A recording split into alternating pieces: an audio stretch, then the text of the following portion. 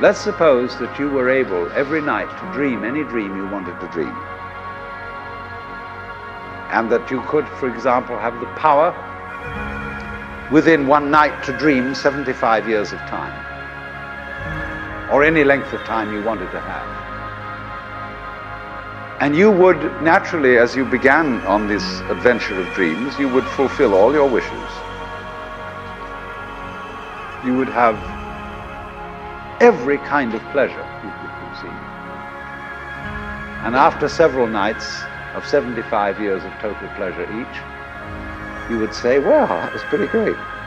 But now let's have a surprise. Let's have a dream which isn't under control. Well, something is going to happen to me that I don't know what it's going to be.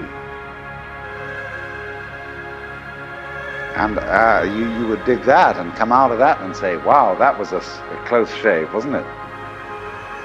And then you would get more and more adventurous, and you would make further and further out gambles as to what you would dream. And finally, you would dream where you are now.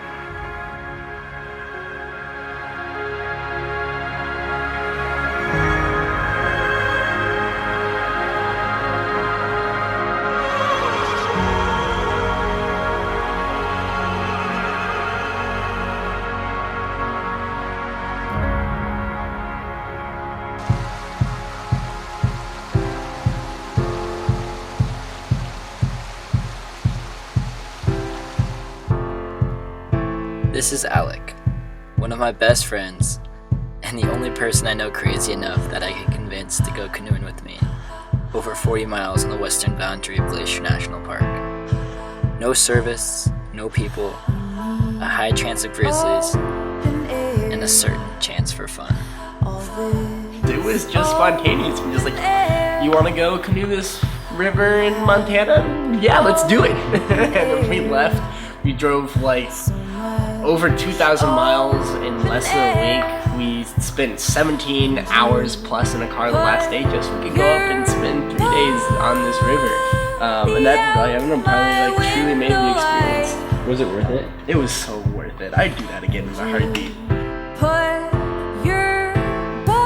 And so as our shuttle driver pulls away, we're here standing looking at our canoe on the side of the river, and I can't help but think, oh my god, there's no choice. This is it. This is living. And it turned out to be one of the most amazing trips I've ever experienced. So much open air, and you put your body out my window light, and you put your body out my window light.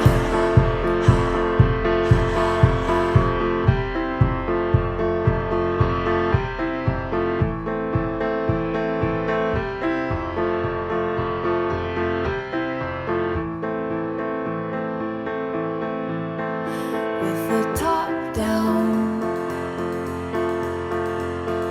we were headed south. With the top down, all the way east in our nightgowns, all the way west with our knife out, headed north with the top down. With our knife out, with our knife. So why Montana? What started as a passion project turned into chasing the dream over the last few years. You feed the passion of adventure with new explorations. Pick a place, an activity, plan it and go. People will wonder why, and you'll question if the trip is even worth it. But you won't know until the end, and that's kind of the whole point. For 2 days out of the week, to be in the place where I feel most alive, with the friends and people I respect the most. Being a part of this community and committing to the adventure in the process is simply not enough days, out of the week or in my life. There's a common trait that's shared in these adventures. The undeniable feeling of excitement, the uneasiness of the thrill, and for the lack of a better word, it's the Stoke. And it's a small group of people that can't live without it. When I come back from a trip and go through the footage, it's the question of did I capture what it felt like? Because if I did, I get to relive it again and again and again.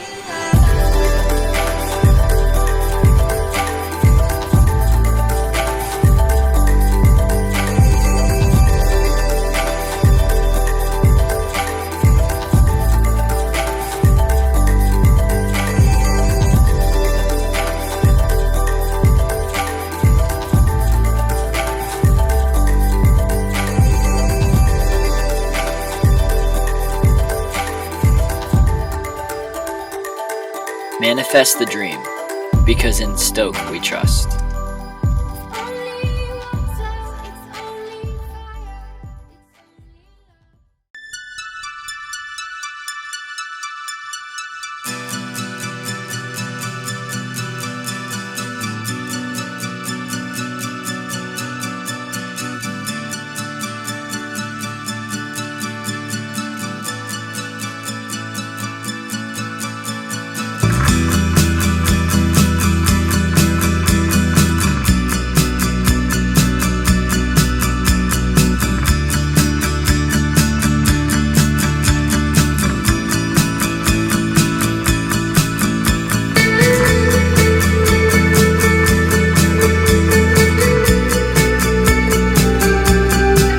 Taking a canoe down Class 3 rapids would be like, and kind of like what we'd see up there, like wildlife-wise.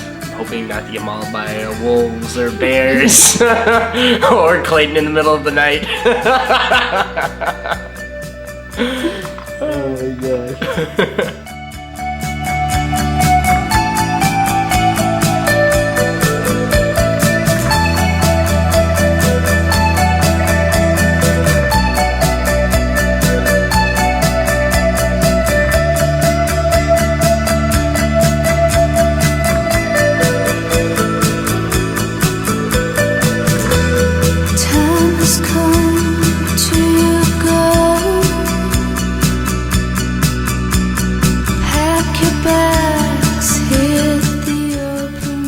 You had said that you really wanted to see a mountain goat, and I was like, nah, that's not gonna happen. But like my previous experience with mountain goats, it's like you see like tiny white dots on the hills, and that's as good as it gets. And I say I'm sorry to disappoint you, but it's probably not gonna happen.